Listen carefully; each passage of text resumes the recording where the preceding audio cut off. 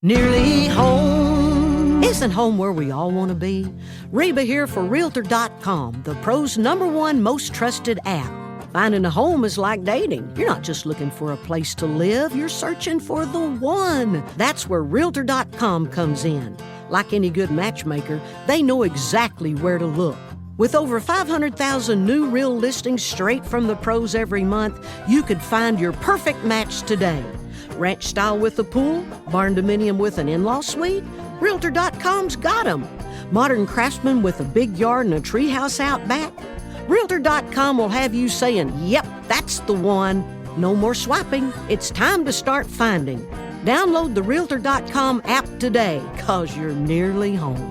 Make it real with Realtor.com. Pros #1 most trusted app based on August 2025 proprietary survey. Over 500,000 new listings every month based on average new for sale and rental listings. July 2024 to June 2025. Google Core Update, specifically Google's February 2026 update. This is your SEO insights for the day. Good morning and welcome to the We Don't Play podcast show. How are you? I hope you're well. I hope you are amazing. I hope you are having a wonderful day. And I hope this information helps you. So today, we're going to be very specific on our topic of discussion. And I'm going to go right into it so that you can learn about it yourself. And if you haven't heard about this is something that it will be important for you to know. So Google makes core updates. And core updates always affect, impact, and have a great, I would say, response loop, I can use that word, to content on the websites that you see on Google.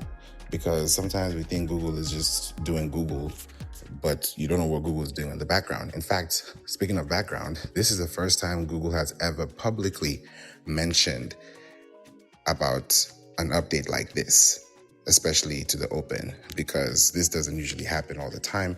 Yes, they make it silent, they update it on their logs, but when it comes to actual feedback to information that you probably wouldn't have heard if they didn't say anything, is the reason why you're getting to know about things like this today. So specifically, when you look at the core update, it's the first time that Google has publicly labeled a core update as a discover core update. And normally their rollouts are typically about 2 weeks or so. And when you look at the core update that happened this time, it actually started, just to give you some dates, it started February 5th. That's when it started. It took 21 days, 17 hours to complete, and it was completed on February 27th at 2 a.m. Pacific Standard Time. So what does this mean for you? And as you're listening to this, I'm going to put the link in the chat. I'm going to put the link in the description so that if you're here and you've never heard of this before, this is something that you can pay attention to. Why am I bringing this discussion today? Because if you don't know about what just happened, you won't know what to do, because everyone thinks SEO, SEO, SEO. We can scream SEO, but what's really happening? Do we know what's happening on the background? Do we know what's happening at the core level? If the seed changes, if the root changes, if there's something that changes from the ground up, do we know about those things, right? Yes, we can write blogs all day. Yes, we can run ads all day. But if there's some certain core things that are not changed, it's going to mess up your whole pipeline. I'll give you an example. We have a client and they have pages on pages on pages on pages. And their website is not even built in a way that is, I can even say, normal. It's a very sophisticated website that has two extreme ends. So we're talking about, like, let's say you build your website on a Wix, WordPress, Shopify, or a Squarespace, and then you build the same website on a completely different surface, which is a headless framework.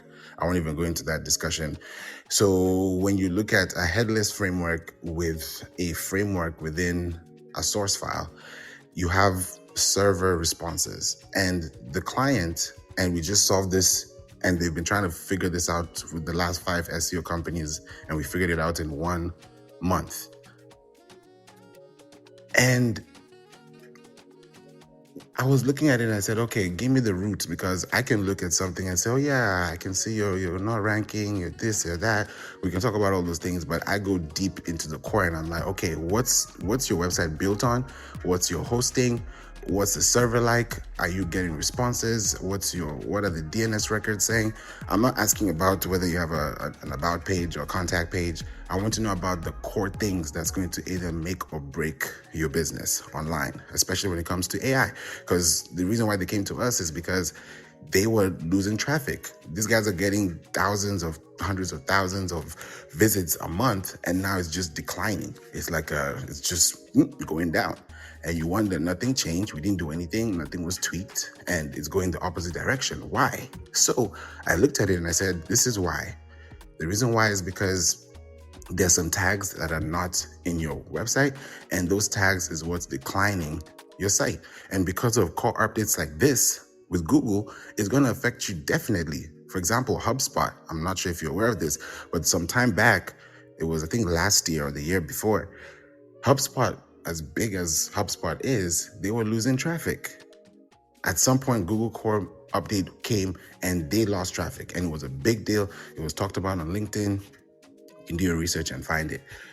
And I was like, so that means if a huge website, a huge brand, a huge business, an amazing business like that could also potentially be vulnerable to that kind of decline in traffic, which is not their fault, but it could be as a result of whatever update has been made. So ask yourself, how do you even protect yourself? Like, yes, there's a February 2026 core update right now, but there might be another update in another, 3 months, 6 months, who knows, 9 months. But if you are not even focusing on what's being updated and focusing on how to structure your website, how to structure your intellectual property online, you won't have to worry about these updates. I think this is the first time I'm ever talking about a core update ever, because before I even started this room, I went to Apple Podcasts and I typed in Google Core Update, and I was looking to see what is being talked about, and I was barely getting anything. I was seeing a couple of responses, but they're not updated the way they could be or should be. So people are looking for this information and they can't find it because not everyone is looking for a blog to read on Google. Some people are listening to podcasts, some people are watching TV, some people are on social media, some people are just in their community, some people are just swiping. So you just don't know what's happening. People are in their emails. So how do you bring that information to people who don't know but need to know about these things, so that 3 months later they're like, oh, so that happened and I didn't know. Okay, this is why we solve that problem now, because we don't want a problem tomorrow that we could solve today. So when you look at the updates I saw, I think it was June 2025, December 2025. Those are the last ones I saw. So I said, okay, I think it's time for me to bring it to you and talk about February 2026. So if you have any questions, please put in the chat. I would love to respond to you. Welcome, Juan, Apple, Danny, Danielle, Uhuru, Francisco, and anyone as well coming into the room. Thank you for being here. Please click the link at the top. That will take you to my contact where you can connect with me and choose any icon that you see there, whether it's LinkedIn, whatever you see that you are connected to, click it and connect to me. You also have the invite to join our community, and you can sign up for the newsletter because I send out very important information. So if you don't want to miss out on things like this, that's the best place to connect with me. Now, when we look at the core updates, let's dive into this a little deeper, because I said I'm going to really give you some feedback on what I see and my perspective, because everyone's doing their own research. But I will tell you what I see and what I could potentially predict, which is a good thing to predict sometimes because you have a litmus test to work with based on facts, evidence, and history reports. So now that this has been completed, right? What's going to happen is, because the February Discover Core Update, the February 2026 Discover Update started, and they call it an incident. So the incident began February 5th at 9 a.m.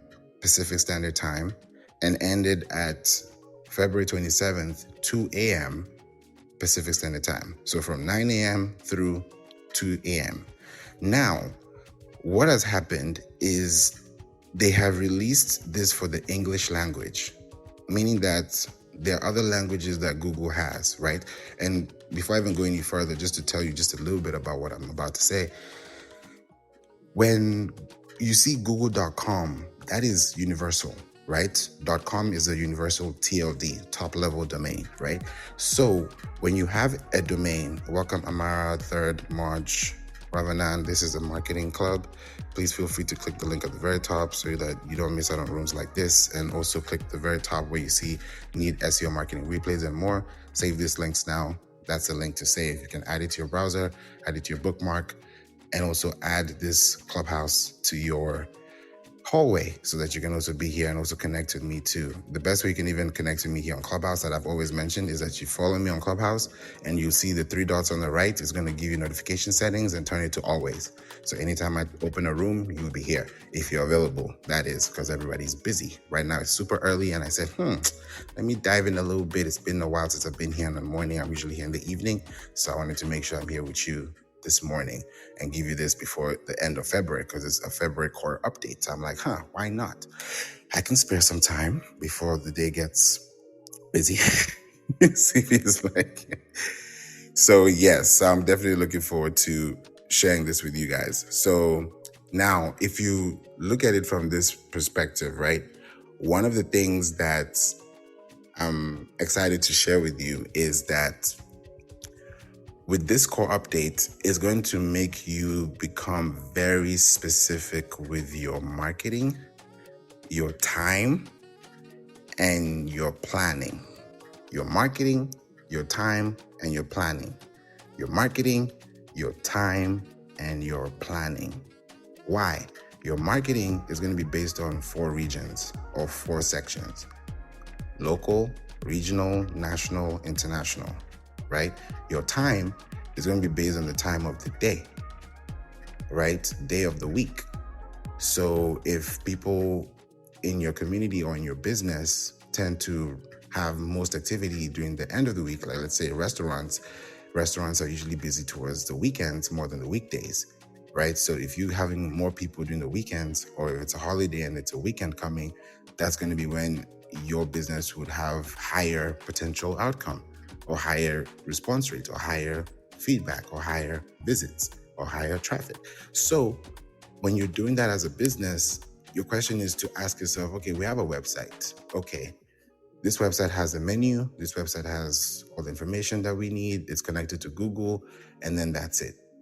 But that's where it just begins. But that's where most times for people it ends, because they just set it up and forget it. They go update, they go back. Update, they go back. So they don't really look at it. But how it's supposed to be is if you have a restaurant and let's say you looked at the end of the week or the end of the month, like right now we're at the end of the month, and you say, okay, what food was the best served, or what was the most requested for product, or what was the most requested dish?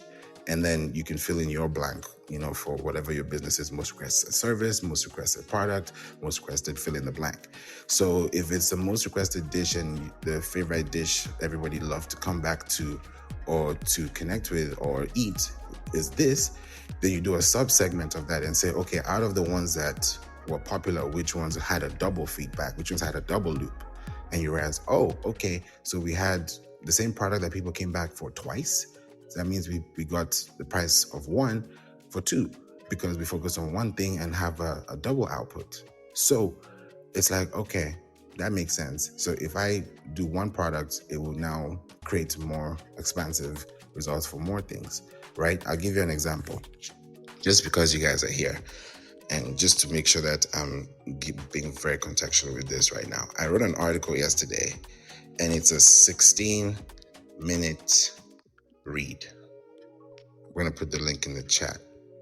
I took about, how many hours was this? It was a whole morning yesterday. And I was like, yeah, it's time to drop something, because I was doing some research and I was like, yeah, we need to add some new things to the internet. So boom, the link is in the chat. What you see there is I submitted and created an article that will allow you to submit your podcast to at least 30 to 40 plus podcast directories with your RSS feed. And I did that because I'm at a point now with my podcast that, you know how they say the top is lonely, or it's lonely at the top? That's not the case for me. I would not want the case for you either, because you want to be with your family, you want to be with people you love, you want to be with people that you want to spend time with, the people that you saw on the come up, you want to be with at the top of the summit. You know what I'm saying? So you have to look at it from that specific lens. And then you ask yourself again, okay, if that is the case, do they have the same ambition as I do? Are we able to do the same things? And if we can, great. So what does this do? It sets the people who are not serious apart from the people who are serious. Because if you are not serious, you're not going to take that 60 minutes and spend, because you'd rather spend 60 minutes doing something else. That's what your priority is. But if you actually do this, and there's a link, I put everything, this is pretty much a way to even get in contact with me. If you click that link and you go through the process and you book a call with me and you've submitted all those things, we have one less thing to worry about. Now, submitting your podcast to all the RSS feeds is great, right? Just imagine, just think about this. You supply power to a factory, but the factory does not use the power that has been, I would say, stored.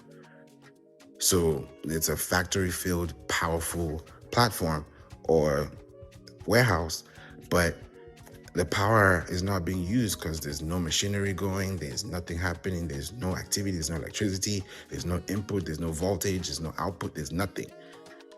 But there's power. So I'm giving you that to say as an analogy that you can have all these platforms and you can send your RSS feed to all of them. But if you don't publish quality, consistent, high value based content, that's where it is. Kind of like saying it's not how much you make, it's how much you keep. You can make a lot of money, you can win the lottery today, but how much you're going to keep 52 weeks from now? So if you have a podcast, if you have a business, if you have a website, this is for you.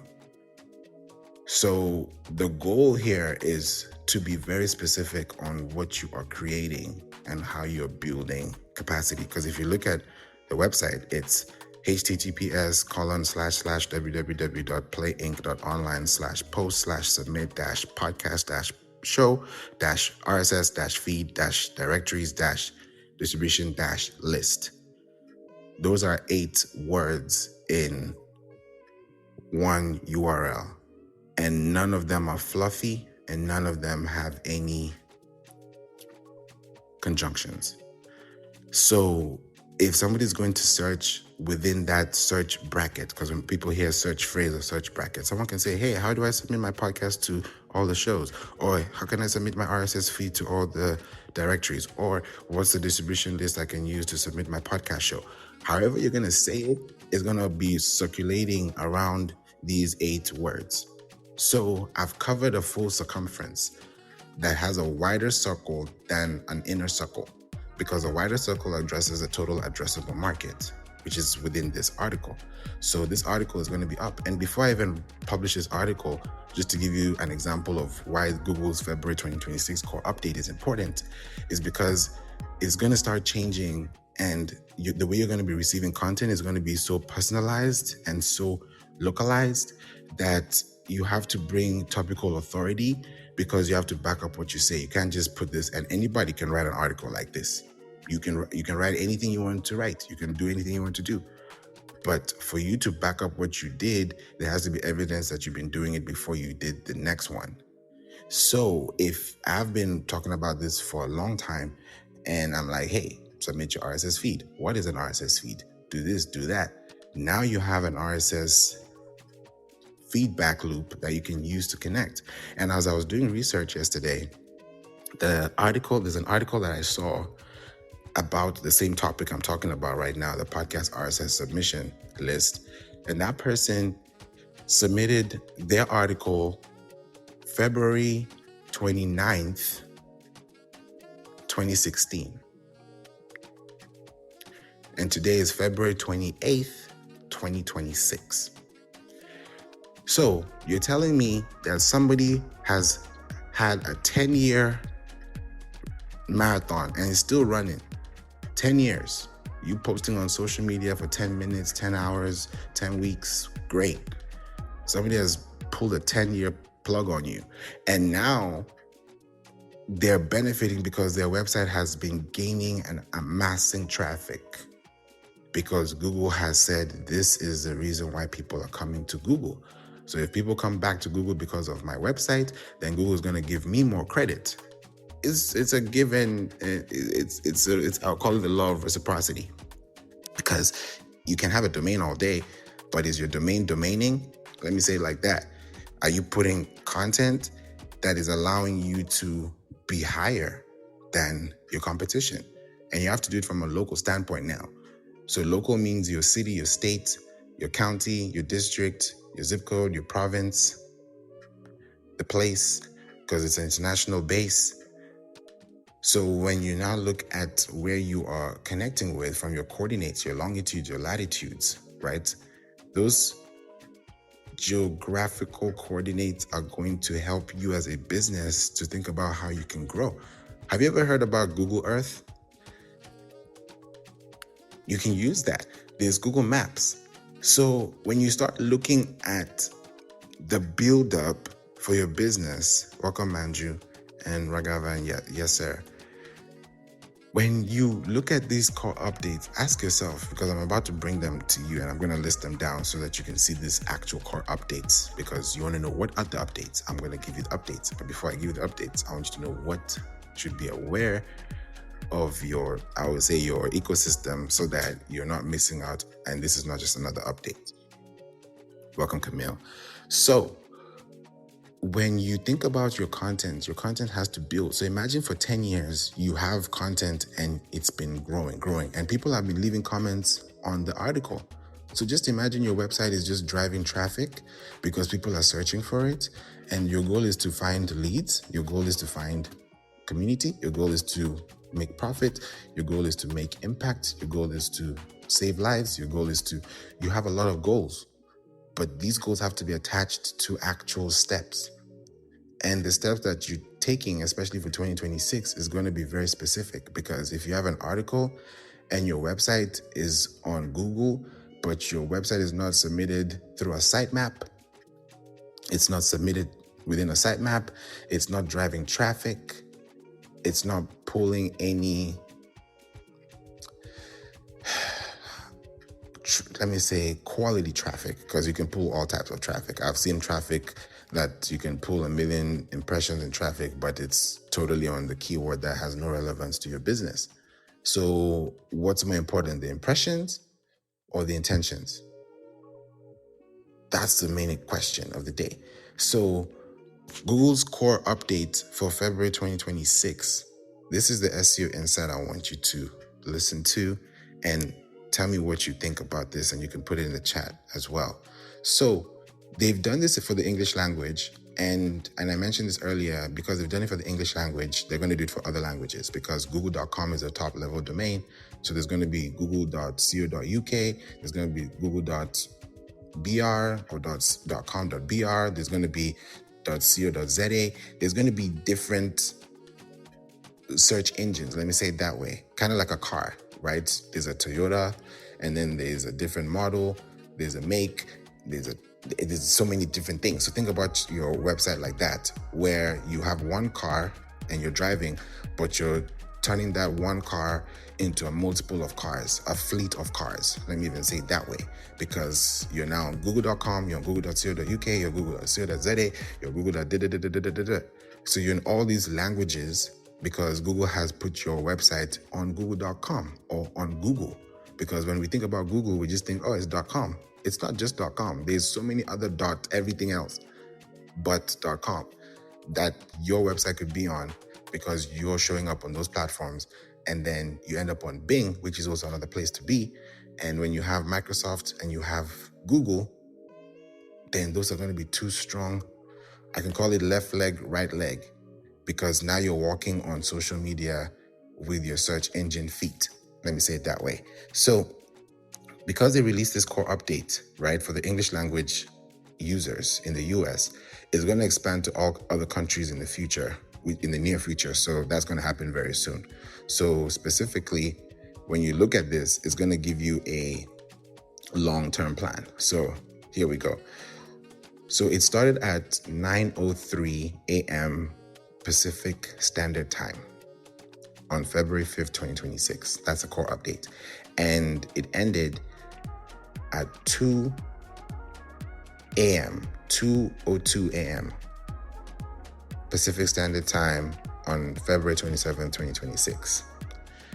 Now, this update is designed to improve. This is the goal we're coming to now.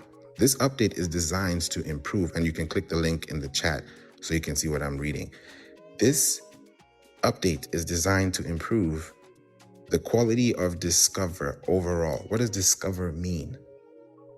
Discover means that if you're within Google Discover, it means that you are a part of Google's search database that is going to show people content that is related to their interest.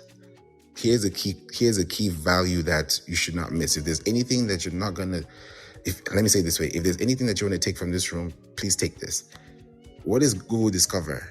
It is the part of Google search, which has just been updated as of yesterday, based on people who search for content related to their interests, specifically attributing to their web and app activity. What does that mean? Your mobile phone has apps that you've downloaded previously or currently or about to. And you also have web, which means you have, for example, Google Chrome browser, that's web. And then you have the App Store for Apple, that's app. So you're talking about your web and your app. And I'm going to put the link in the chat so you can also see what I'm talking about. There's also a Google search document that was released, a documentation that was released.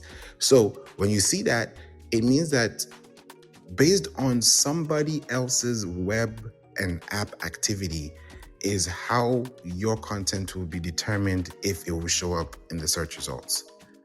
So the ball is not even in your court anymore.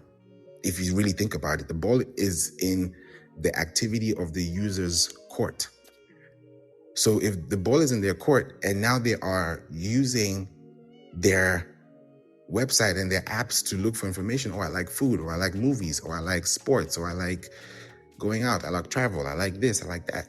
Now they're going to be getting results from Google based on their activity. Just like when you watch a YouTube video, whatever you see is suggested, and of course Google owns YouTube, so it's the same difference, which makes sense.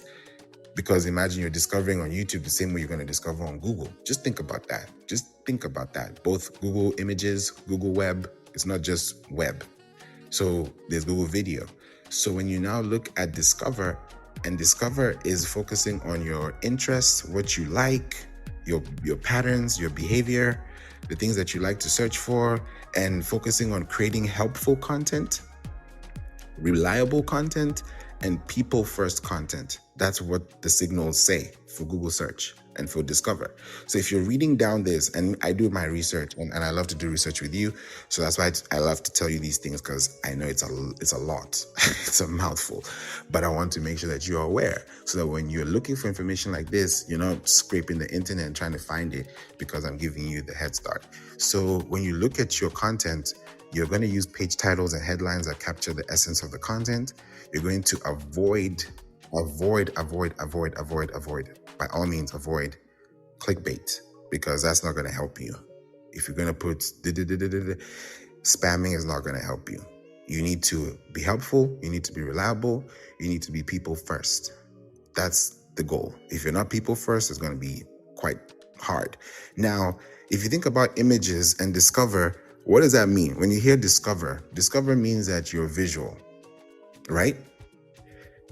That's what it means. So if there's a Discover update, which is the first time they've publicly mentioned that, it means that Google has opened up to say, hey, we care about what you see, both when they're typing, when you're typing, and when you are, I would say, scrolling, scanning, clicking. These are things that are going to be very specific, right? So they've even said that your images need to be at least 1200 pixels wide and enabled by max image preview large, which is a setting that you have on your AMP, your accelerated mobile pages, or within your robots tag. Now, when you look at that, right, you need to provide content that is timely for current interests that tells a story well. So when I mentioned earlier that I've been hearing people asking me so many times, even clients that we work with, prospects that we connect with, communities that we talk to, both social media and in person. And I'm hearing, I can't get my podcast out there. How do I get my podcast out there? I'm like, I can't tell the whole world everything word for word. I need to put it in a place where everybody can find it. And I just lead them to the water. I just lead them to the gold. I lead them to the information. And then if they actually value the gold, value the water, value the information, then they can take action and do it for themselves. And then if they really want to take it to the next step, we can have a conversation and actually start from level 2 as opposed to starting from level 1. Because now you've passed one level and now we have one less thing to worry about. So we can focus on what you actually need, which is results. So instead of using one meeting to submit your podcast to all these shows, you've spent 40 minutes or 15 minutes, 16 minutes to read, 15 minutes to maybe 45 minutes to apply. And now within the next hour, we have a call, we have a conversation, and now we're focusing on scaling and production and distribution and consistency and PR. And that's when those things start to build. So it's free information, right? But there's going to be fee implementation, right? There's free information and there's fee implementation. There's a difference. So of course, right now, this is free information for you, but the fee implementation will be how much you would need to put out and what your goal is as a business and where the cost will be applied, both as an investment for you and an investment to your community based on what you're going to be doing, whether it's organic or paid ads. So as a business, your goal is to ask yourself, how can you take your business to the next level by being in the discover bracket? So if you have photos that you upload to your Wix, to your WordPress, to your Squarespace, to your Shopify, and those images are like 600 by 600 pixels, you're literally using 50% of your threshold. That's what it means. If Google has said your limit is $1,200 and you have a credit card limit of $1,200, but you use $600 and paid back when you could have paid $1,200 and paid it back, then you ask me, what are we doing? So when you look at it from that perspective, you really ask yourself, can we use our assets wisely? We just finished building the 3 apps that are in the App Store and the Google Play Store, and we've just done a whole brand reset for the company, and they have 3 apps, and they're pretty much gonna take off. I'm so excited about what they're about to do. 3 apps that work together as one, and we've built 15 different types of layouts that's going to focus on 3 different audiences. And we've spent about a month to do this. So now it's going to be deployed for March, because I know with Apple, it takes about 7 days for you to update an app on the servers. And for Google Play, it takes between 2 to 3 days. So just knowing this, you have to plan ahead when it comes to projects, scheduling, mapping, release, rollouts. And that's why they're even doing a rollout. Google is doing a rollout specifically because they have a roadmap. They know, okay, March is coming. We want to start showing Google Shopping, Google Flights, Google News, Google Images, Google Web, Google everything, right?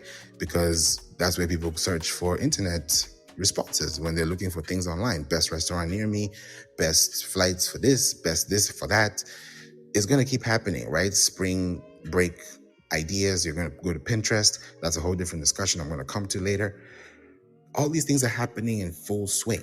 So how do you as a business owner understand that there are things that if you just do semantically and very structurally, you will not have to worry about whether there's a storm or not, because you're able to bypass that because you have structure and you're safe and you know exactly how you can be able to put that out there.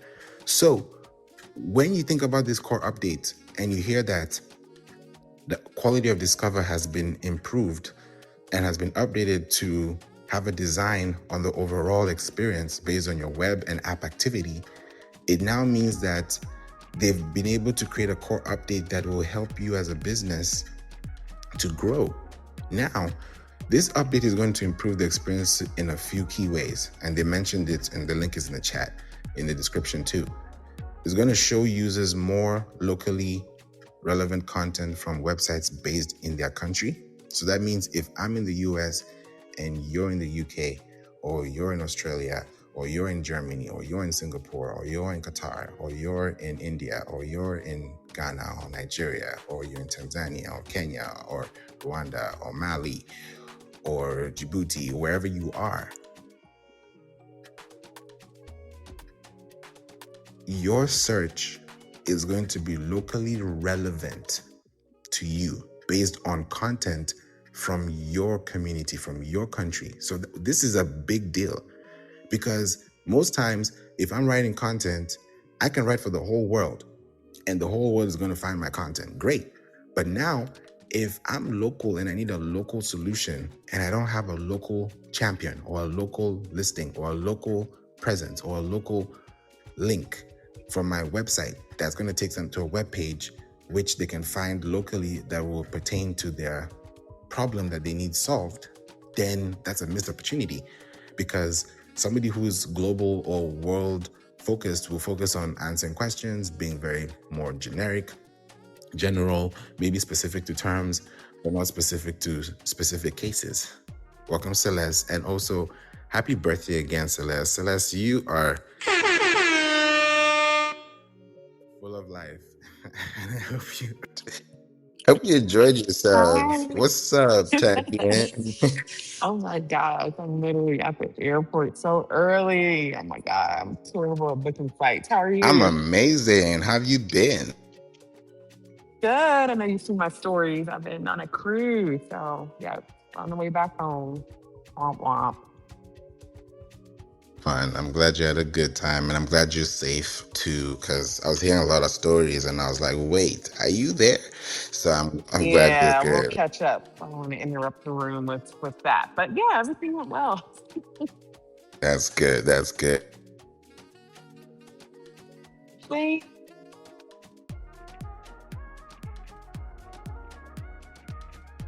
On behalf of Celeste. And thank you for being here, Dinero, Toto, David, Uptown, Yuka, March. Thanks for being here. Sahan, ZBR, and Juan too. You know, we've been talking about the core updates, Celeste, just to give you the love heart is fire.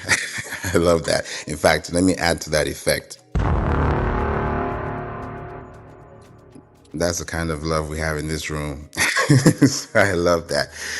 Appreciate you guys for being here on a Saturday morning, because you could be in some other place right now, not here. You might be in bed, you might be taking a walk, you might be at the gym, you might be somewhere, and you know, like Celeste at the airport, you know, you could be anywhere, but I'm glad you're here. Now, when I mentioned this about your core updates, right? And if you're just here, welcome Adewale and V and 87, click the links in the chat. The chat is going to help you today, because I'm giving you information that you probably haven't heard or have heard, or maybe have heard a little of, but I'm going to break it down and we're going to do it grand style.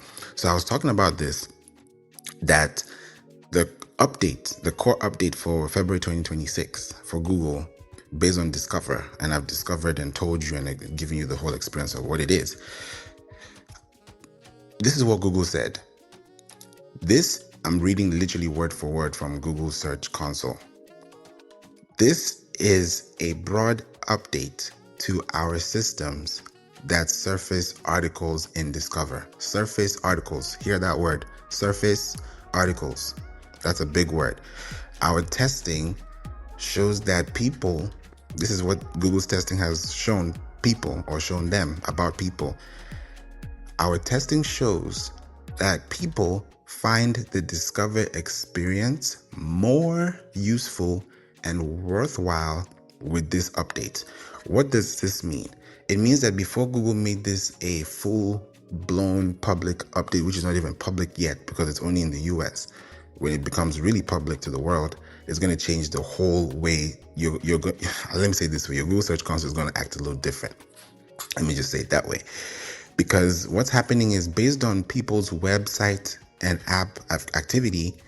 It means that the apps that people have on their phones and the websites people visit on their desktops, on their laptops, on their tablets, on their phones, is going to have a big responsibility in how you show up based on how reliable your content is. So if you wrote content in 2017, 2015, I talked about how I wrote an article in 2026, February 27, yesterday, and the last article that I saw that I would say was the oldest, if not, I don't know if I saw any older than that, was February 29th, 2016. So that person has 10 years. So now for me, God willing, I have all the way now through 2036, which I can still continue, because it doesn't mean it's going to stop at the next 10 years. It's going to keep going. But I know that with this article, anyone in the next 10 years that's looking for this information will find it on Google.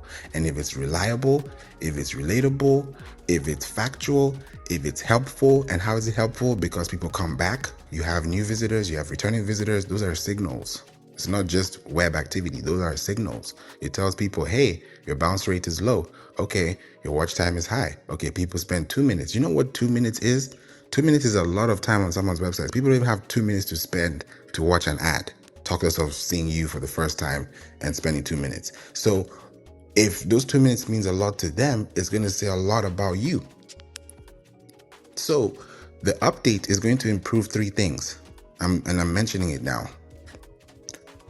1, it's going to show users more locally relevant content from websites based in their country. I mentioned that. Number 2, it's going to reduce sensational content and clickbait in Discover. What is sensational content? Sensational content.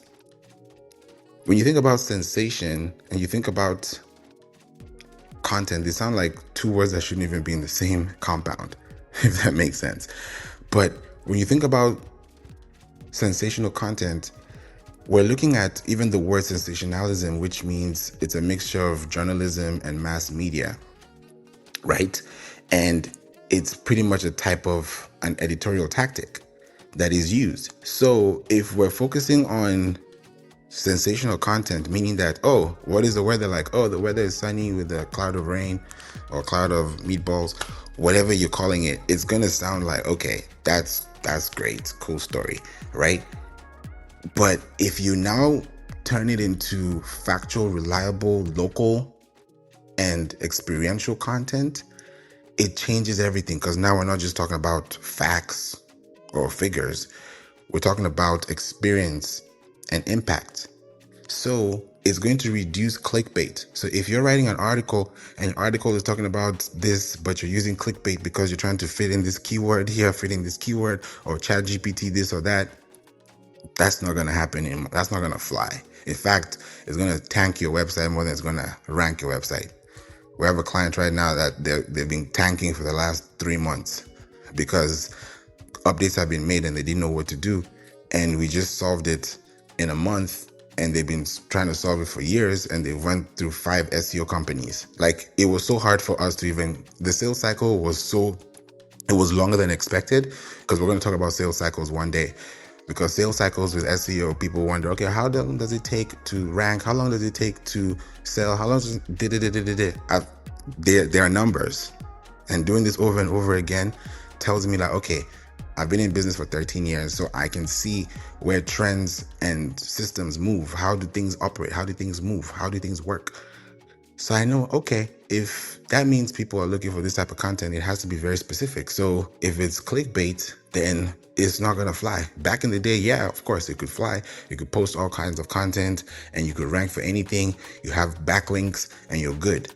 We're going to do a topic on backlinks as well versus links, or I'll put it in a different way, but we're going to talk about that very soon too. What's more important, backlinks versus content? Because people say, oh yeah, content is better. Oh no, backlinks is better. Okay, so what is it? And I always say backlinks are actually content, because if you're being backlinked, you're being backlinked from a content URL. So when people are arguing, it's like comparing apples to apples, green apples to red apples, like, huh? So there's definitely something to look into when you ask yourself these questions and say, what are we really comparing? What are we really talking about? What is the actual meat and potatoes, right? You want meat and you want potatoes. You don't want potatoes and no meat. You don't want meat and no potatoes. You want meat and potatoes. That's why we talk about meat and potatoes. We don't just talk about meat. or potatoes. So I'm giving you the meat and potatoes of why it's very important for you not to have sensational content and focus more on structural content. What is structural content?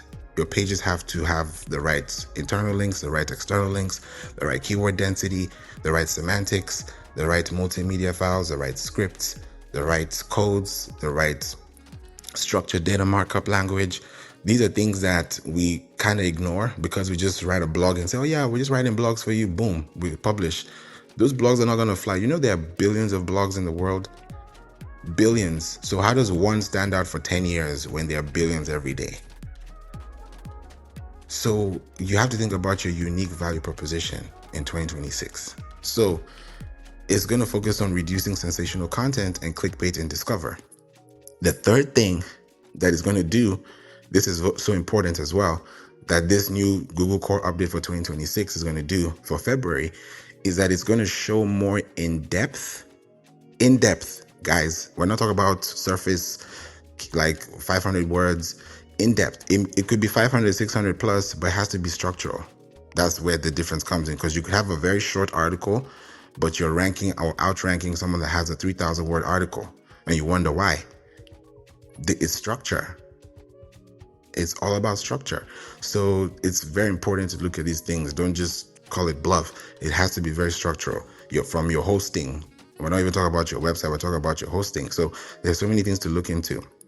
So the third thing that is going to improve and show more in-depth, original meaning that it's not ChatGPT, it's not AI, it's not plagiarized. Like, we're talking about original. This is your original content. So Google is getting very smart. Very smart. The words sound very plain in sight, but the technical meaning of these things are very fundamental. So if we're going to play around with writing content in 2026 because we feel like we don't need to write our content with, structure, and we just write blogs because we don't want to pay for quality SEO and do it ourselves, then you might just be on a hamster wheel, and the output will definitely be more than the input on the negative side, because you have a backlog of information that you don't need. It's like gaining impressions for traffic you didn't want or you're not attached to or related to. If you're selling shoes but you're ranking for watches, how are you going to sell shoes if people want watches? So you have to be very specific and meticulous with your timing. So original content is very important. Welcome back, Danny. Original content is important, and timely content. Do you know what timely content means? It means that your last modification date on your website needs to be closest to 1. In other words, if somebody's talking about something today and the information is hot today, or let's say today is Valentine's Day or Easter, or it's Thanksgiving, or it's Christmas Day, or it's New Year's Day, that day or that holiday, whatever day it is, or whatever that day represents, is going to be timely. So you're going to have a 24-hour clock. And Google is saying that it's going to show more in-depth, original, and timely. That's a 3-piece meal. I can call it like a 3 strikes, you're out. In-depth, original, and timely content from websites, which mean yours. Yours is included in that clause. Your website. So if it's timely content from websites like yours, that means if you're not there when people need you at the time they're looking for you, Google is going to result to another company that you're competing with that are ready for their consumers, Google's consumers.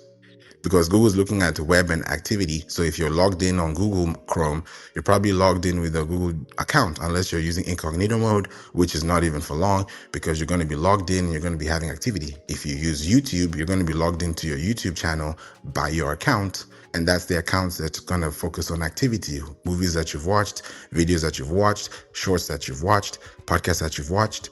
Anything that you've watched is going to come into activity. How much time have you spent? 40 minutes, 40 seconds, 40 hours? That's going to be a big activity base, right? So Google is getting to be very specific about how they're going to show you information, not about what blog you're publishing on Tuesday morning at 6 a.m. Standard Time Pacific, for example. It doesn't matter about the time. The time is factual, but it's also credible when you have done your research and know that people are looking for this information now. But if people are going to look for information in the next 30 to 60 days, why not write it today? The best time to plant a seed is now. It's not today, it's now. So if it's timely, this time is gone. We're a second older right now. We're a minute older than we were yesterday or 2 hours ago. So when you're thinking about more in-depth, original, timely content from websites with expertise means that it's not just going to be garbage or jargon or keywords or clickbait. It's going to be factual information that could be backed up by evidence. That's where your domain authority comes in. Do you send emails to your community? Do you send notifications?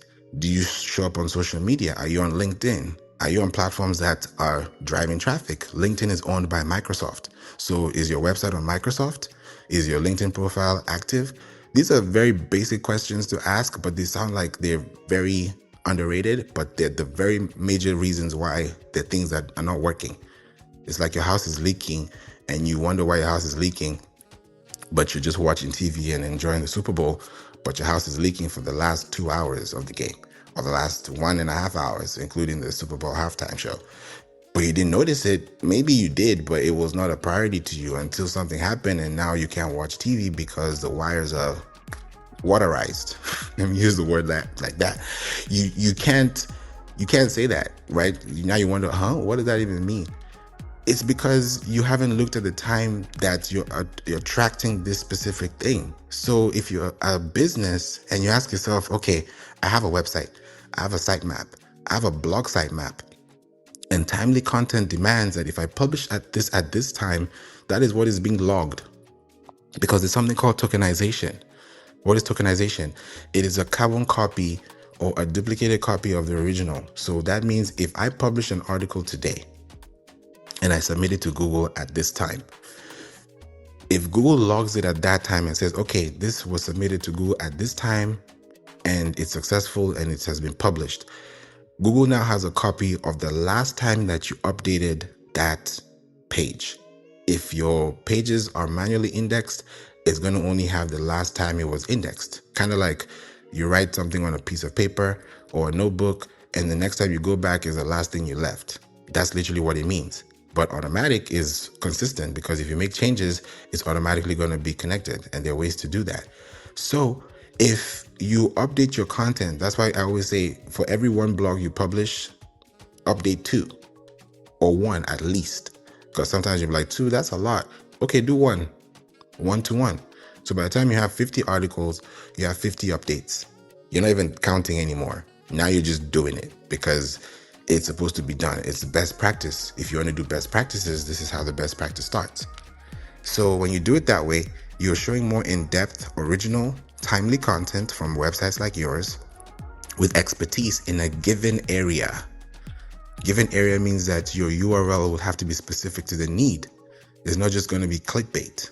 It's going to be focused on your location, your country, and also based on how information is coming to you, based on what you've been searching in the past. So if you've been watching a YouTube show or a podcast show and has been getting good content, and that website on that podcast is the same website you see on Google talking about an information that you heard about on a show, it's going to give you that. It's going to be like a full feedback loop. If you're on LinkedIn and you get a suggested feed and that feed becomes your feed, it's because you're being suggested by LinkedIn because you have information that people like and search for that has been validated. That's the difference. And now the last thing that I'll say here, based on the update that I'm seeing, is that, and I'll say it one more time, it's going to show more in-depth, original, and timely content from websites with expertise in a given area based on our systems. This is Google talking. Based on our system's understanding of a site's content. You know what that means?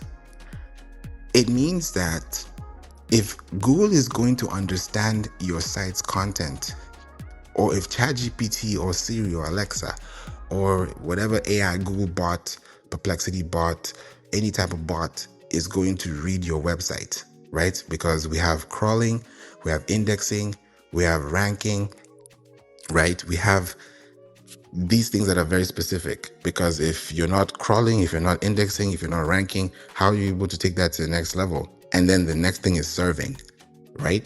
So you have to crawl before you index, before you rank, before you serve. That's the ranking. If you're talking about a ranking, that's why when we say your Google is not crawled, or your Google is not indexed, or your pages are not indexed, it means that you've not been crawled. Kind of like right now you're taking a walk, or you're walking somewhere. It's because you first learned how to walk one day. So from walking, you started jogging. From jogging, you started running. So crawling is the beginning of your website's journey.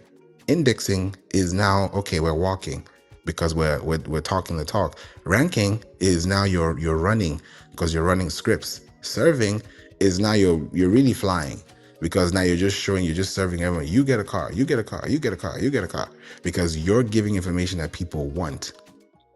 So if it's taken Google 21 days and 17 hours to focus on impacted products, which they call it based on a ranking factor, from crawling to indexing to ranking to serving, that means that if Google is going to serve your information based on their understanding of your content, it means that for you to have a higher level and a deeper level of understanding to Google, so that Google can result to your website being the resource for their consumers, which is your audience, which makes sense, is the fact that you have to create content on your website that is going to serve when people start crawling. It's the circle of life, literally, with the websites. When I look at it like that, I'm like, that just makes perfect sense. If you have a website, your website needs to have content that people can find. And people are not going to look for it. They have to be served. If you're going to a restaurant, you're not going to the kitchen to look for the food. You're going to be served the food on the menu that you picked. So if you picked a search key term that you want to search for in the search box, Google is going to serve you with the best information that's served hot. You don't want to have cold food. You want to have hot food, right? You want to have food right off the oven. You want to have it right out the pan. So if you want that, then the question is, how are you going to serve your audience?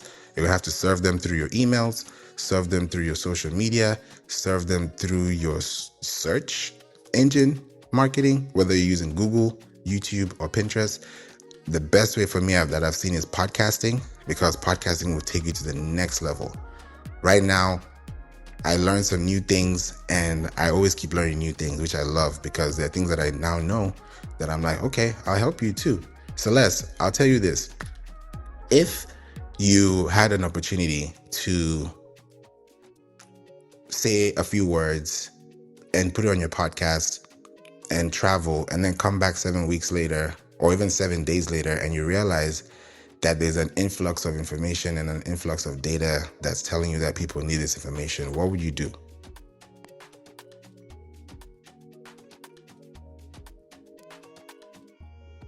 Sorry, repeat that. If you had a podcast and you said something that solved a problem and you left it for 7 days, for example, and came back and saw that there's a lot of feedback based on analytics, what would you do? I'll probably try to repurpose that same content into as many different ways as I could to see that, it's trending and people like it. And I can still apply some SEO magic to it, and try to connect it. Okay. Why I was asking that was because I know we've talked about podcasting, and I finally did something, because I think you asked this some time back. It wasn't, I don't know if it was podcasting related, but it was somewhere related to having a link where everything that I talk about, or everything that I would discuss, or help someone to do, I could do it, or they could do it themselves in a link. I now created an article that allows you to submit your podcast show to at least between 30 to 40 stations. And why I decided to do this is because I felt like you deserve to be heard. The same way my podcast is listened to in 160 countries and beyond now. I don't want to be the only one being listened to. I want people to listen to you as well. What fun is it when I'm the only one being listened to? I want to hear other voices. I don't want to hear the voices in my head. I want to hear your voices. So I said, okay, let's see if we can do it. And this is the first time I'm ever doing something this big, this way, this type of way, podcast wise. Because I met someone, and shout out to him, James Cridland, amazing guy. I met him, he's in Australia, and I had a call with him. He's in Australia. We had a call, and that call was very humbling. It was very nice. It was just like beautiful. It was like, wow, the more you know, the more you don't know. And that's what I always go by, because I love to just sit back, listen, learn from the greats, from the OGs, people before you, because this life, you have to give. You can't give what you don't have.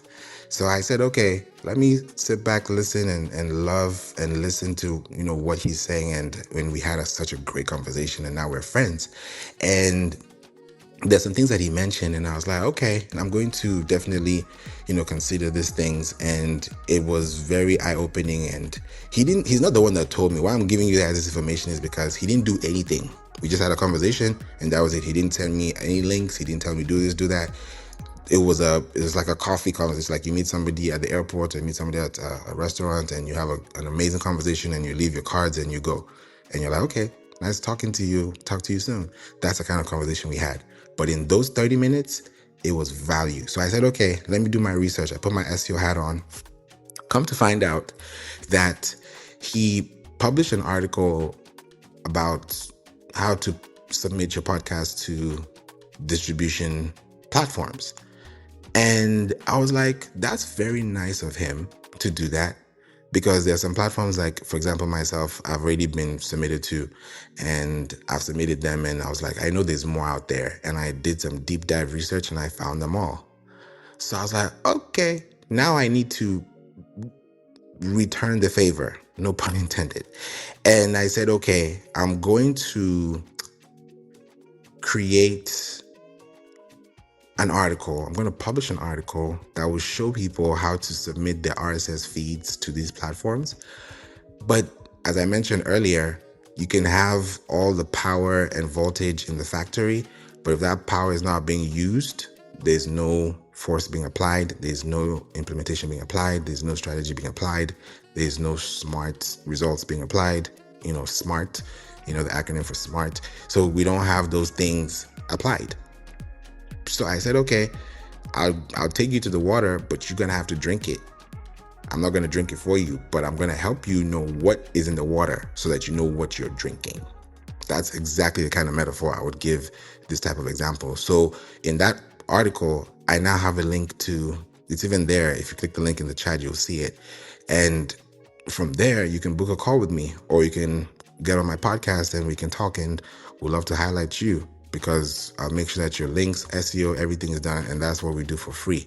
It's a complimentary podcast. I don't know, some people charge for shows. Some people, friends of mine tell me, hey, I had to pay this to be on the show. So we hear all kinds of things, and everybody has their way of doing it, which is amazing. So podcast has no rules.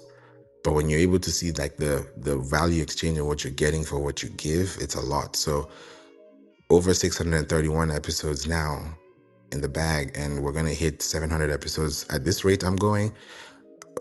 The goal is to hit 700 by August, but I said, I want to break that by hitting it by June.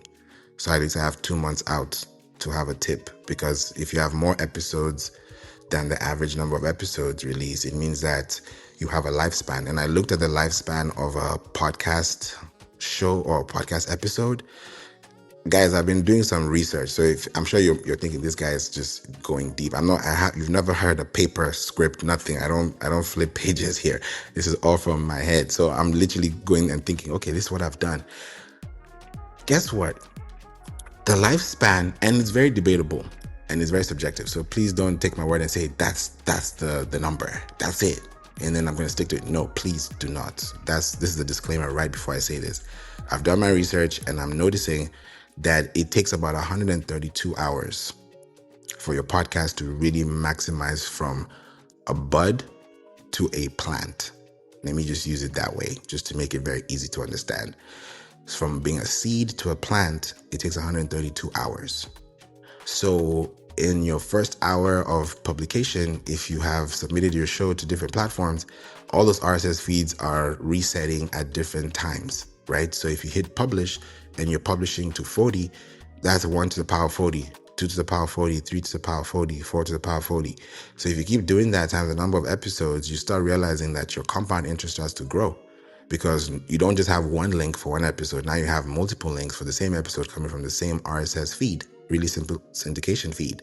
So why I'm saying this is because if you have a podcast today and you want to be part of this Google Core update for February 2026 as an SEO insight, my advice, my suggestion would be either you start your own podcast show, and I would love to help you start it and scale it. Reach out to me. Let's connect. Send me an email at info@playinc.online, info@playinc.online, playinc.online, or just click on my profile and connect to me on LinkedIn.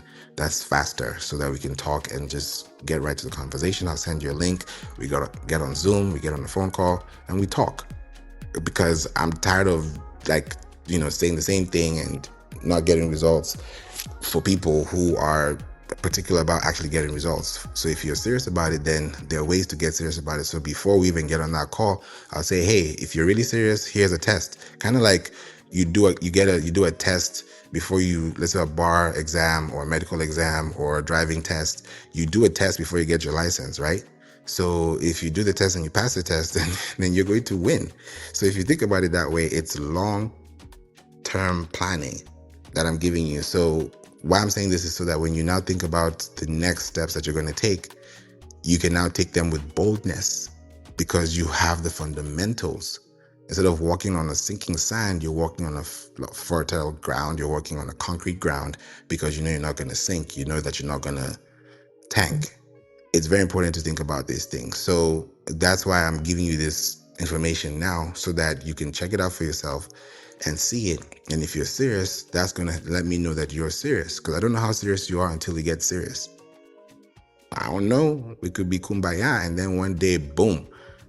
So I need to know ahead of time to be sure that, okay, you're serious. And you also need to know if I'm serious too.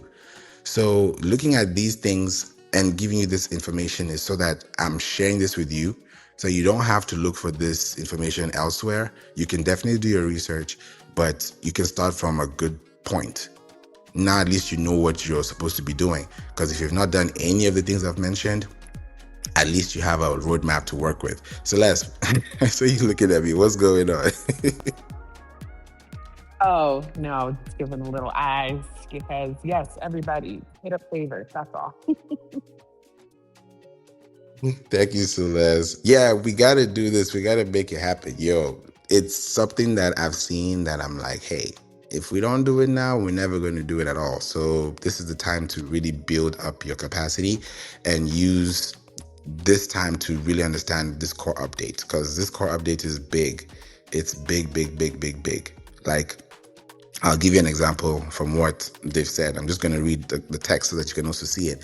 Since many sites demonstrate deep knowledge across a wide range of subjects, this is what Google is saying. Our systems are designed to identify expertise on a topic-by-topic basis. So whether a site has expertise in multiple areas or has a deep focus on a single topic, there's an equal opportunity, or there's equal opportunities to show up in Discover. For example, a local news site with a dedicated gardening section could have established expertise in gardening, even though it covers other topics. In contrast, a movie review site that wrote a single article about gardening would likely not, which makes sense. We'll continue to show content that's personalized based on people's creator and source preferences.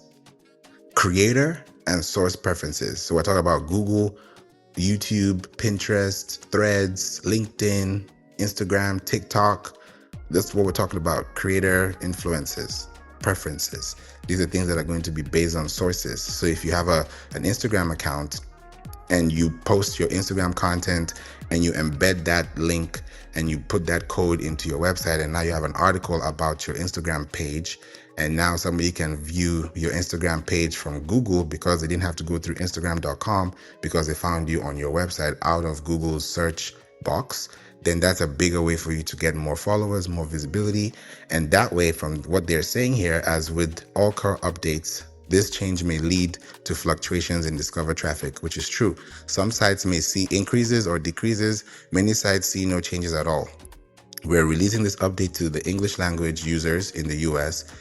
We're releasing this update to English language users in the US, and we'll expand it to all countries and languages in the months ahead. So literally, from what you've heard, and this was posted by John Mueller, the search advocate for Google. Thank you, John Mueller. Appreciate you for what you do. And he's an amazing person. I got a chance to talk to him through X one time, and we had a thread conversation, which was really nice. So for those listening, for you listening, now the ball is in your court. What are you going to do with this information? Now the information has been given. Now go and apply. But when you apply it with caution and apply it with planning so that you're able to do it well. Celeste, before we go, what would be your biggest takeaway, and what would you like to tell people that probably I didn't cover, or you'd like to say that would emphasize on what we've discussed today? My biggest takeaway is that I'm behind and I need to go and read more on the subject. Because I'll be honest, I've kind of been more focused on like AI stuff versus like core updates and Google updates. I guess my question is, since I have been really, there's a lot of things shifting with AI. Do you think AI is influencing these individual changes, or like, what are your thoughts on that? Great question. I actually did a study, and I was actually looking through about 2,000 mentions. Yeah, about 2,000 mentions. Welcome, John, Jen Live, Toto. I see you, Karen, Nikki, Hazel, Sarkar, and Truba. Thanks for being here. I saw that there is, I want to put this in a really good way. With what I'm seeing with AI and the 2,000 mentions that I saw, because I was doing and I crunched the data, I even put it on my LinkedIn, and I was like, based on the data, I'm noticing a lot of people are wondering about how AI is going to reshape SEO. That's the word is reshape. And I was like, okay. Because I did a deep dive study yesterday. I had a lot of time to do research about this. And when the core update happened, I was like, bingo, now it makes sense. So if we're focusing on local content, then AI is also going to be specific on localizing your content, personalizing your content, right? If you've been searching for this information for the last 30 days, then the 31st day shouldn't be different from the first day. So it's going to impact how SEO is going to be reshaped, in the sense that if your content has been working and you've been following the guidelines and you have everything in place, then whether your tags, your scripts, your pages are now being served from a crawling perspective. So there's crawling, there's indexing, there's ranking, and there's serving. So if you're serving at a high capacity, it means you're being crawled at a deep capacity, because you're deep crawling, you're automatically crawling, and your website is now crawling. So AI is now going to contribute that back to you. And AI is looking for structured data. So if your website doesn't have structured data, like breadcrumbs, FAQs, events, pricing, personalization, organization, those things that are they sound very big words, but it's just another way of saying, do you have a script version of the text that you're showing people that are reading that AI can also scan and verify and validate through your pages? So if you don't have that, it's definitely going to affect your rankings, because Google is going to just bypass your content, even though you have the best content. But if you're missing that sauce, that gravy, that spice, because you missed that kick, that it's going to just change the whole taste overall, then those are the little things that are going to make or break your site. So it's pretty much decentralized, because everyone can do it. But now, based on topic and search and semantics, that's how you're going to stand out from the rest. Does that help, Celeste? Yes, I am just. So, okay, have you looked into this new? So I'm a Wix person. Wix has this new AI website builder. Have you checked that out? Yeah, I have. When I look at all these things with the builders, like we're working with a client who's, working on a headless framework, and they've been declining in traffic, and we're able to fix that. And we're like, okay, these are the things that are happening with Wix, for example, with their AI. I think it's called Wix Harmony. they're good. I don't see a problem with it. Of what I see a problem with is the laziness if people don't implement the structural, foundational, fundamental practices that will help them scale. Because it's like when you hear AI, the next thing you hear next to AI is lazy or boring or generic or basic. But those are things that should be enhanced by structure so that when you're building the structure, if it's a house built by brick, then you know that that house can stand the test of time. So it's definitely based on, content. I don't mind. Platforms will definitely do AI or whatever, but if the structure is not there and these core updates are negating the facts, then it's just going to be a downhill slide for them. So that's what I would say. What do you think? What do you think, Celeste and John? I guess because you know what I'm waiting for with all these Google updates, and I don't foresee it happening. I really wish that there was a way that Google, especially when we talk about SEO, that they would somehow differentiate human-built content versus AI-built content. It just seems like everything's jumbled together, and I kind of don't like that. I don't know. I wish that Google would reward people for actually doing more, thought leadership type work than just AI everything. However, on the flip side, I did test out Wix Harmony, and I will say, I was like, oh crap, like it really did, use my specific prompt to build a pretty decent website in like 5 minutes. I was like, oh man, I didn't know if I was impressed or mortified. But anyhow, here we are. Like, what can we do? Those are my thoughts. I'll pass the mic. That is hilarious.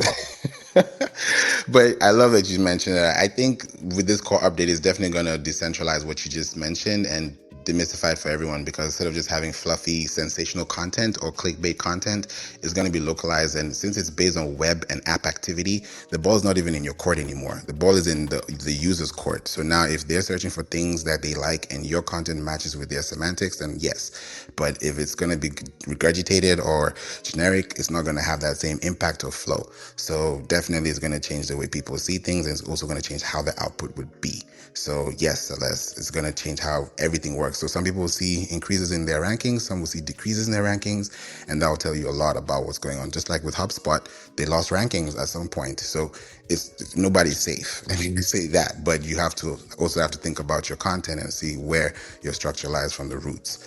John would like to say anything. Welcome, Peter, and now as well. Thank you for being here. We're going to wrap up in a few minutes. Yes, please go ahead. Hey guys, good morning. Yes.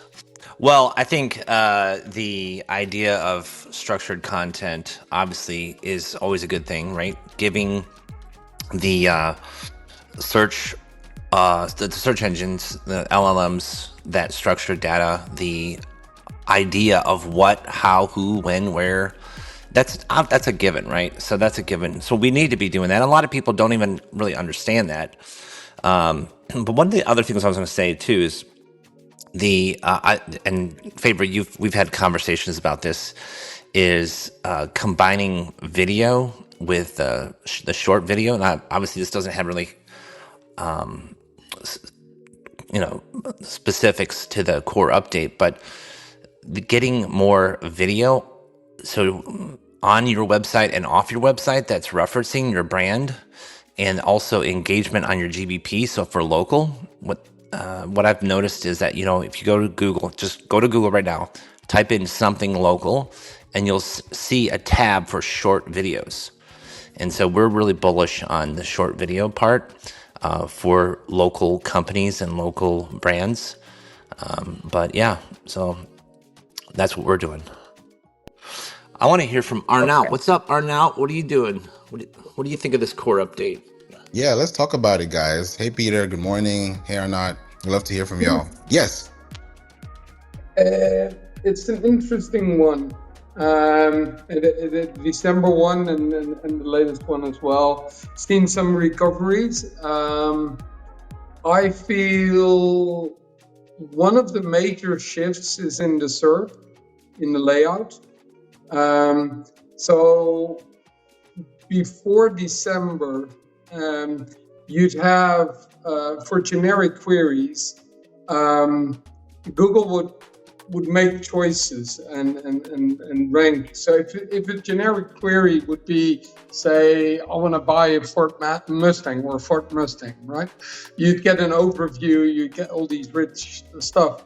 But what happened in the last two updates is that they immediately after the core update, you'd see two local rankings popping up in a generic SERP based on the user's location. And I think not a lot of people are looking into this, but Google is doing way more localization and personalization than we think. And this is also why I find that most rank tracking tools, pretty much all of them, get crappy results because they get localized based on the proxy they are using to get the results, whether that's in Chicago or in LA or wherever, right? So I feel that's also a big thing, that Google is really trying to cater for a lot of intents for generic queries. And I suspect that will change over time because of user signals. But that's a big one. And I don't think a lot of people are looking at this. So I would highly recommend people to actually look at the SERP and what is in there. Because just looking at data, whether it's Google Search Console or whatever, it doesn't tell the whole story. Facts. And even with Google Search Console, you only get about 1,000 rows. So you don't even have, let's say, 10% of your intellectual property data that is, unless you're using BigQuery or SEO Gets, or you want to expand your base. But when you're looking at the long term, it's different. I think it's even bigger.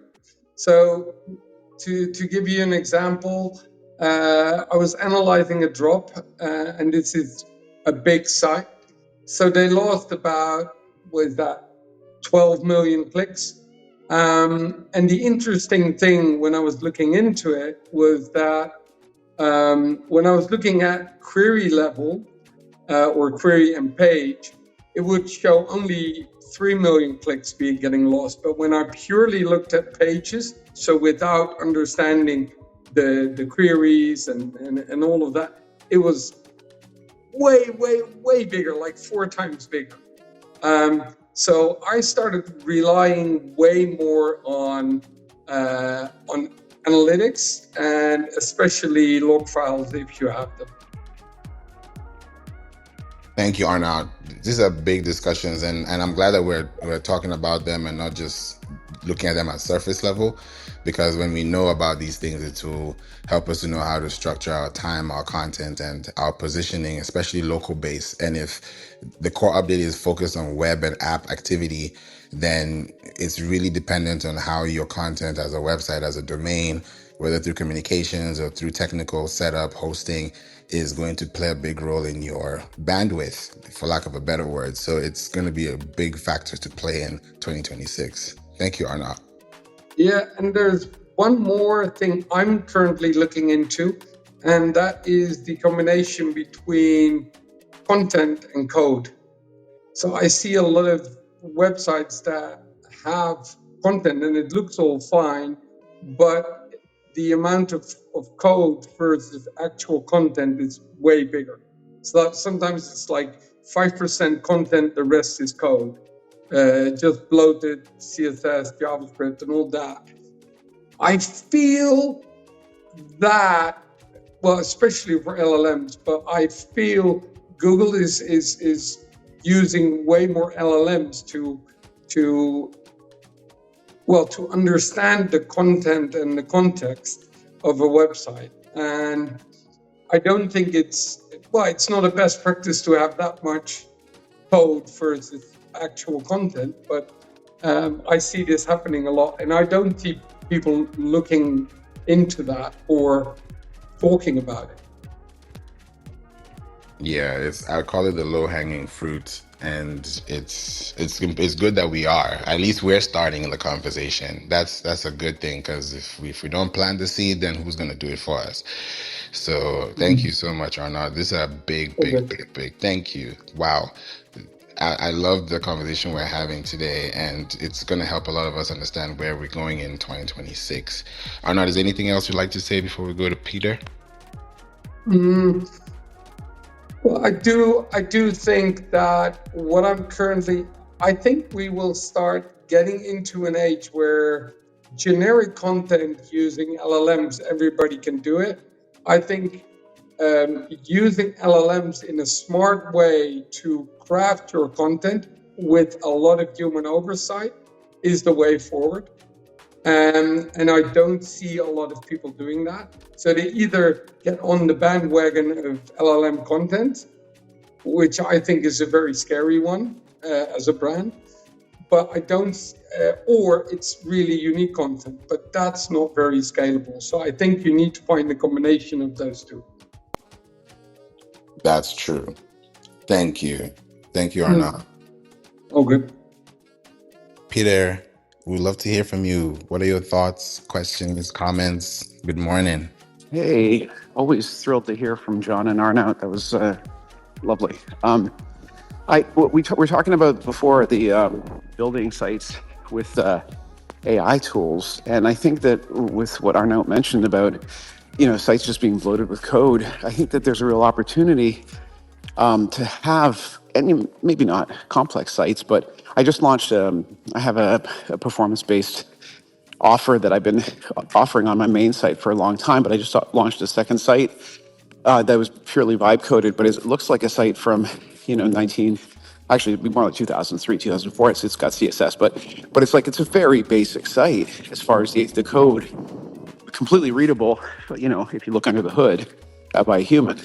But what I love about it is it's not, I've built hundreds of WordPress sites, and I'm probably the same for Shopify, but it's just lovely to have a site that's just straight old HTML that can just be loaded quickly. The other piece that I think is a big challenge for anybody who's doing SEO right now is all these companies that are competing to produce some sort of metrics tools that will guide you in how to rank for AI overviews. And I can't help but think that every one of them is just full of crap. Like, they just don't track in a way that makes any sense, especially when you're talking about, with Arnaud talking about the customization. All those tools, I think if we don't even talk about customization, I think we're basically talking about AI, interpreting AI. So we have this like double BS. And what I feel is that there's a lot of people investing money in these things, and I don't know that they're actually doing anything. So I think that that's the biggest challenge for SEOs right now, is figuring out how you actually approach trying to rank for any kind of AI search, and you really can't do it the traditional way of tracking keyword phrases and pages and have it be something that makes sense like it used to. So That is here's so an true. interesting one, right? If you start tracking certain prompts, right? Just do that prompt on the same LLM with different people. Every single response will be different. It's ridiculous, but it is that way. So I get why companies want it, but I use it to get some insights, but I don't use it as metrics, because some of my clients pay a shit ton of money to either Profound or some of the other tools. I'm like, nah, not for me. So I agree, Peter. Yeah, this is so good. Thank you, Peter. Thank you, Arnaud. It's so good. I don't even use these tools as tracking metrics anymore, because I'm like, why are we fighting rankings or tracking things that will change when we can look at the real things that are supposed to change and then factor those as I can call it litmus test for what we're doing when we're looking at APIs, LLMs, we're looking at SERPs, we're looking at results, and we're not just looking at words and phrases and pages. But these are good metrics to use to know exactly where we're going in 2026. So that's why I said it's good to come here, talk about these core updates. I don't hear them much, and I don't talk about them much, but I felt like because Google has done this for the first time publicly, I said, why not talk about it also and share this with you so you can do your research and get to know about how this Discover is going for you. And I'm not sure if you guys are aware of this. You might know this already, but they are browsers. ChatGPT has a browser called Atlas. Perplexity has a browser called Comet, and Google is going to have a browser called Disco. So when you start thinking about the next level of, I can call it agentic AI, or building into because there are 5 different levels of AI. When you start looking into these different sets of AI, we're not just looking at the surface, we're looking at what meets the surface and how it beats the surface and bypasses it so that we can use what we're creating, not just for content base, but for semantics, for sentimental base, whether it's positive, neutral, or negative, that's going to help us get to the right positions that we need within our markets, locally, regionally, nationally, and internationally. So thank you so much, John. Thank you, Peter, Anat, as well as Celeste and Absentia. Thank you for being here. We covered a lot today. And if you're just here, definitely please click the link so you can check out the replay and also the links in the chat. Thank you, Danielle, Chris, Juan, Adewale, Crino, Nikki, Ray, and Michelle. If you have a pink ticket, this is the marketing club. Click at the very top. If you want to get information like this, you can click the link at the top so you can get newsletters like this. John or Peter, is there anything you'd like to say before we go? Last words? Well, hey, Peter, what's up? I'd like to say that, you can before we go down the road of like content, normal thinking content, use the tools that we have, the tools meaning the AI tools, Perplexity, Chat, to think beyond what a human would write. Like, in other words, when you're writing this content, we talked about all the different aspects of writing content, using and then analyzing it with a human, but use the tools to think beyond the intent, or what is the intent behind the intent, like the benefit of the benefit. And so what I'm trying to say is, if you're going down the road of trying to win the SERPs, look at all of the intents that person would, why are they typing this in, and then use the tools of going down that road. Like, if someone's searching for a blue Mustang, right? Or they're searching for an attorney, why? What's all the reasons behind? A lot of times in the last couple of years, they talked about FAQs, like doing questions and answers, but go behind the intent of the intent of the intent, or the benefit of the benefit of the benefit, right? And so using the tools to think through all the different ways of why the intent, so your content is not fluff anymore. It's really super accurate. And I did that yesterday, and I was just really, really happy with the results. So that's my ending tip. Thank you, John.